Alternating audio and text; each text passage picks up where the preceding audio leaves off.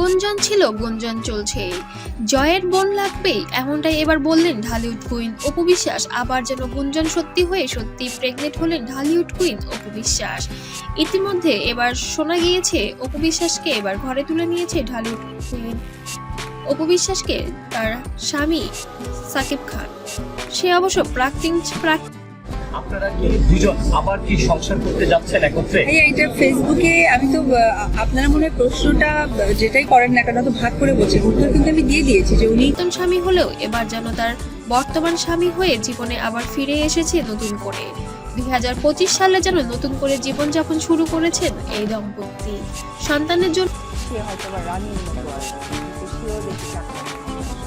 সাকিব খান হলেও এবার এক হয়েছেন তারা।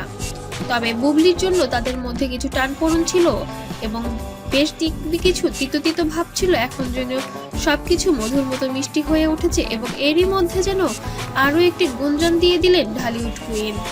উপস্থাপিকা তাকে প্রশ্ন করেছিলেন, বাবু পেটে আসার পরে এই প্রথম খবরটিতে আপনি কাকে দিয়েছিলেন? তখন এক বাক্যে উত্তর দিয়ে বলেন, আমার শাশুড়ি মাকে আমি এটা আগেই জানিয়েছিলাম।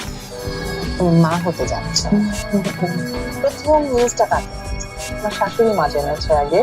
সাকিবের মা সবসময় চেত তাদের সংসারে একটি নতুন মানুষ আসুক এবং সে আবারও এমনটাই একটি ইচ্ছা প্রকাশ করেছেন আমার কাছে। সে বলেছেন, আমাদের তো ঘরে দুইটি ছেলে সন্তান আছে, আমি চাই এবার তুমি একটি মেয়ে সন্তান উপহার দাও আমাদের পরিবারকে। আমাদের পরিবারে যেন আরেকটি মেয়ে। আমার বিশ্বাসকে দিয়ে সে একবার দেখা আমার সাথে করেছে, ছবিটাও তুলেছে, সেখানেও কিন্তু সে বলেছে এর আগমনের খুবই প্রয়োজন এবং তোমাদের সংসার সুন্দর এবং সুসংগঠিত হবে এই মেয়ের মাধ্যমে।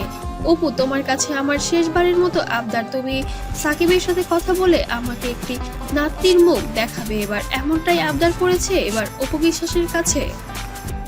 আমাকে অনেক সময় অনেকে সংসার ভাঙার জন্য দায়ী করা হয়।